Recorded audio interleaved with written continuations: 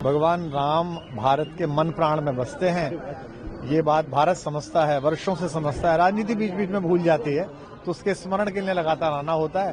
और बड़ा सुखद संयोग है कि आज एक ऐसे परिवार के साथ जिन्होंने इस सांस्कृतिक मूल्य को अपने अंदर जीवित भी रखा है, उनके बीच में आज ये बात कहने का अवसर मिल रहा है। जाते हुए अंग्रेजी नववर्ष को अगर राम के विचार के साथ विदा करें तो अगले वर्ष में भी राम का विचार साथ चलेगा, ये एक मन है।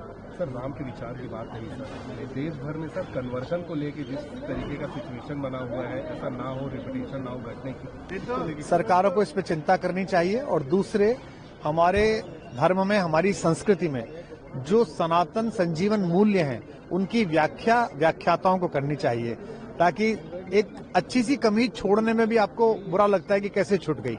एक पेन कहीं छूट जाता है तो आपको लगता है बुरा।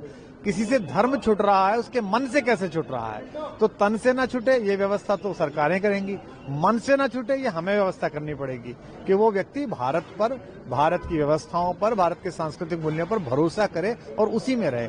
छत्तीसगढ़ में तो बहुत पहले से ये प्रयास होते रहे हैं कि यहाँ के तो राजे भी, यहाँ के राजनेता भी वापस उन लोगों को मुख्य धारा में लाने के, अपने विचार में लाने का प्रयास करते रहे।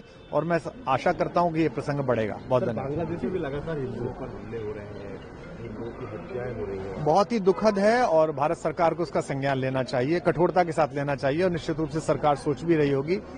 पर मैं पूरे विश्व के उन लोगों से अनुरोध करना चाहता हूँ जो किसी भी एक छोटी सी घटना पर या बड़ी घटना पर, मनुष्य की हानि तो हानि है, बहुत अधिक विलाप करते हैं। भारत में भी एक बड़ा वर्ग है जो बहुत अधिक इन बातों पर विलाप करता है। उन्हें वहां के एक युवा नेता की अज्ञात हमलावरों द्वारा होने वाली हत्या पर तो चिंता है, और उसमें न जाने कहां से एक वायवीय दृष्टिकोण निकाल लिया कि भारत सरकार हस्तक्षेप कर रही है, क्योंकि भारत का क्या मतलब है उनके आंतरिक मामलों से। लेकिन एक निरपराध अल्पसंख्यक को वहां इस तरह भीषण तरह जिंदा जला दिया गया। तो ऐसे समय में जब लोगों का बयान नहीं आता, लोग चिंता नहीं करते, प्रवृत्त नहीं होते, तो इससे उनके दोहरे व्यवहार जगत के सामने उजागर होते हैं। और मैं आशा करता हूं पूरा विश्व इसका संज्ञान लेगा कि वह भद्रशाल, जो हमारी भारतीय संस्कृति का हिस्सा था, वह बोरीशिल्ला, वहां तक अगर ये आग आई है तो ये समाप्त होनी चाहिए। बहुत धन्यवाद।